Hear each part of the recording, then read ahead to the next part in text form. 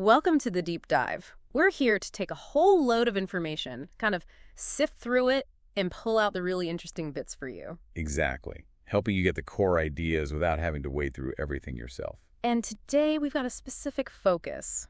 We're talking to you, maybe you're in grade 9, maybe year 10, and you're starting to think, what subject should I choose? We're looking at some source material from a really key unit in the IGCSE Business Ed Excel course. That's right, the People in Business unit. Think of this as a bit of a taster session, a sneak peek. Yeah, our mission is really just to unpack some of the big ideas from this part of the course, show you why they're actually quite fascinating, and maybe, just maybe, get you curious about business. Because business, fundamentally, it's not just about spreadsheets and products. It's about people, how they work together, how they're managed. That's the engine room, really. Totally. And that's what makes this unit so relevant, I think. Doesn't matter if it's a huge tech company or the corner shop, understanding the people side is just critical. It really is. Understanding these dynamics, well, it gives you insight into pretty much any organization you'll ever encounter. What makes a business tick often comes down to the people. Okay, so let's jump in. The source material we looked at kicks things off with communication in business. Sounds simple, right? Sending messages, receiving them. Well, yes and no. The source defines it simply sending and receiving info, but it stresses it's a two-way process. You've got a sender, the message itself, a receiver, and then, crucially, feedback. Okay, so if any of those bits break down... The whole thing can fall apart, yeah. And the direction the information flows in is also really important. The source talks about different channels. Right, like vertical communication, downward and upward. Exactly. Downward is from the top, managers sending instructions, company news, decisions, down to employees. It's essential for, well, leadership, making sure everyone knows the plan. Okay, and upward, that's the other way. That's employees sending information up. Things like feedback, maybe raising concerns, asking questions, sharing ideas. The source really highlights how valuable this is. Why is that so important? Because it helps managers understand what's actually happening, on the ground level. Plus, it makes staff feel listened to, valued, and honestly, it can lead to better decisions because you're getting real input. Makes sense. And then there's horizontal communication. Yeah, that's people on the same level talking to each other, maybe in the same team, maybe across different departments. It's all about coordination, discussing work, solving problems together without necessarily needing to go up the chain. The source also mentions internal and external. Internal is obvious, inside the business. External. That's communicating with anyone outside customers, suppliers, the government, the public. And there's formal versus informal, too.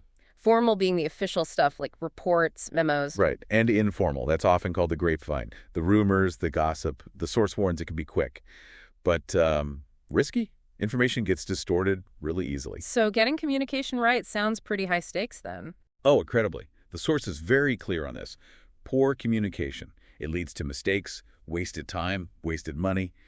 People don't understand instructions. Things get done wrong. And motivation probably takes a hit, too. Big time. If people feel out of the loop or misunderstood, motivation drops. Externally, it can damage the company's reputation, lose customers, impact profits. It's serious stuff. Okay, so that's the downside. What about when it works well? The flip side. Good communication, according to the source, just makes everything smoother. Better efficiency, clearer understanding, stronger relationships inside and outside the business, and better decisions because people have the info they need and feel they can contribute. What I found really interesting in the source material was the section on barriers to communication, the things that stop it working properly. Yes. This is where it gets very real world, doesn't it? The source lists quite a few common problems.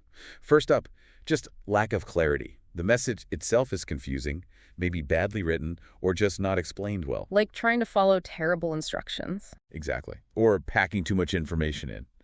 Then there's technical breakdown. Emails getting lost, bad phone lines, dodgy Wi-Fi for video calls. Happens all the time. And sometimes it's not the tech, it's the people. Poor communication skills. Maybe someone struggles to explain things clearly, or they're just not a good listener. Body language can be a barrier, too, if it doesn't match the words. And jargon, using technical terms that the other person just doesn't get. Oh, that's a huge one. Every industry has its own jargon, and if you're not careful, you just exclude people. Distractions are another barrier. The source points out background noise, stress, constant interruptions. Hard to focus. Yeah, very. And then there's the overall business culture. If it's a place with low trust, where people are scared to speak up or where rumors thrive, That's a massive barrier. Sounds tricky. The source also mentions something about the structure itself, long chain of command. Yeah, if a message has to go through loads of different management levels, up or down, it takes time. And every step is a chance for it to get slightly changed or misunderstood. Like that game, Chinese Whispers, or telephone. Right. And finally, using the wrong method. Sending an email for something really urgent or sensitive, maybe? Exactly. Or trying to explain something complex quickly over the phone when you really need a face-to-face or a visual aid. The source does say that understanding these barriers is the first step to fixing them. Things like training, choosing the right method, better tech, maybe even flatter structures, and building a more open culture. It really makes you think it's not just about talking, it's about being understood. Okay, let's switch gears a bit. How do businesses actually get the people they need? Let's talk recruitment and training. Right. Why do businesses hire? Well, the source says usually because they're growing, or maybe people have left and need replacing, or sometimes new roles are created because the business is doing something new. And there's a whole process for finding someone, isn't there? The source outlines the steps, starts with identifying the need. Yep, realizing you need someone. Then you define the job, that's the job description, laying out the tasks and responsibilities. Okay. And you also define the ideal person for the job, the person's specification. What skills, experience, qualifications are you looking for? Got it. Then you advertise. Advertise the vacancy, yeah. Online, newspapers, maybe internally first. Then you collect applications. People send in forms or their CVs. CVs, curriculum vitae, like a resume. That's the one. From those applications, the business creates a short list of the best-looking candidates. And those people get interviews. Usually, yes.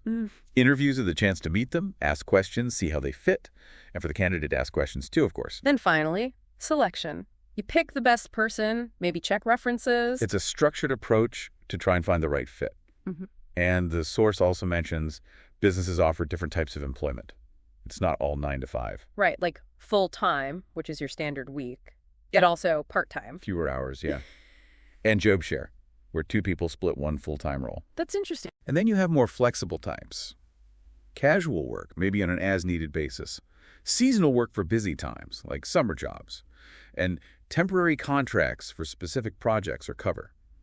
Businesses use a mix depending on what they need. And a big choice is whether to recruit internally or externally. Yeah, internal means hiring someone already in the company. The source says this can be cheaper, faster, and they already know the ropes, the company culture. But external means bringing someone new in from outside. Right. The advantage there is you get fresh perspectives, maybe skills the company doesn't currently have, and you're drawing from a much wider pool of people. Now, there are rules around all this, aren't there? The source mentions legal controls. Absolutely critical. Laws exist to protect employees and job applicants. The source specifically mentions laws against discrimination. Meaning you can't treat people unfairly. Exactly. Based on things like their gender, race, disability, religion, sexual orientation, or age. The law demands fair treatment in hiring, pay, promotion, everything. It's about fairness. And minimum wage. Yes. The source explains that's the legal minimum amount a business has to pay its employees per hour. It's designed to protect low-paid workers. It does, as the source notes, increase costs for businesses, but its aim is social protection. We're just reporting what the source material outlines here regarding these laws. Okay. So once someone's hired, often the next step is training. Very often, yes. Yeah. The source defines training simply as giving employees the skills and knowledge they need to do their jobs better, or maybe to take on new roles. And why is that important for the business? Well, the source lists quite a few benefits. It increases skill levels, obviously, which leads to higher productivity, better quality, more efficiency. It can boost job satisfaction for the employee, too. And it helps the business adapt to change. Trained staff are generally more capable and confident. The source mentioned induction training first. Yes, that's specifically for new starters. It's about helping them settle in, introducing them to the company, its culture, procedures, their colleagues, getting them up to speed quickly. And then the 2 main ways training happens, on the job and off the job. That's right. On the job is learning while you're actually doing the work. Maybe watching a colleague, getting coached by a supervisor. What are the pros and cons of that? According to the source, pros are things like you're still producing output while learning. It can be cheaper, often easier to organize. Cons are the trainee might make mistakes that affect work. It can be stressful, and the quality really depends on who's doing the training. Okay. And off the job. That's training away from the normal workplace. Could be a classroom, a training center, online courses. And the pros and cons there. Pros mentioned in the source. Yeah. You can focus purely on learning without work distractions, and you're often taught by specialist trainers. Cons. No work gets done by the trainee during that time. It's usually more expensive, and it takes people away from their jobs. Seems like a balance to strike. The source did mention limitations too, right? Yeah, just briefly. Training costs money, takes time. And there's always the risk that after you've invested training someone, they might leave and take those new skills elsewhere. It's an investment with potential risks. Okay, that covers getting people in and skilled up. Now let's talk about what makes them actually want to work well. Motivation. This feels really central. It absolutely is. The source really hammers home why motivated employees are so vital. They work harder, right? More productive. Definitely. They tend to put in more effort. The quality of their work is often higher. They might be more creative. And crucially, the source points out, they tend to stick around longer. Lower staff turnover. Exactly. Which saves the business all the hassle and cost of recruiting and training replacements. Motivated staff can even help attract other good people. And the opposite, low motivation, sounds bad. It's a real problem. The source links it to things like more people being off sick, absenteeism, lower productivity, poorer quality, and yes, higher staff turnover. If people aren't motivated, they just don't perform as well. So how do businesses actually motivate people? The source suggests it's not a one-size-fits-all thing. No, definitely not.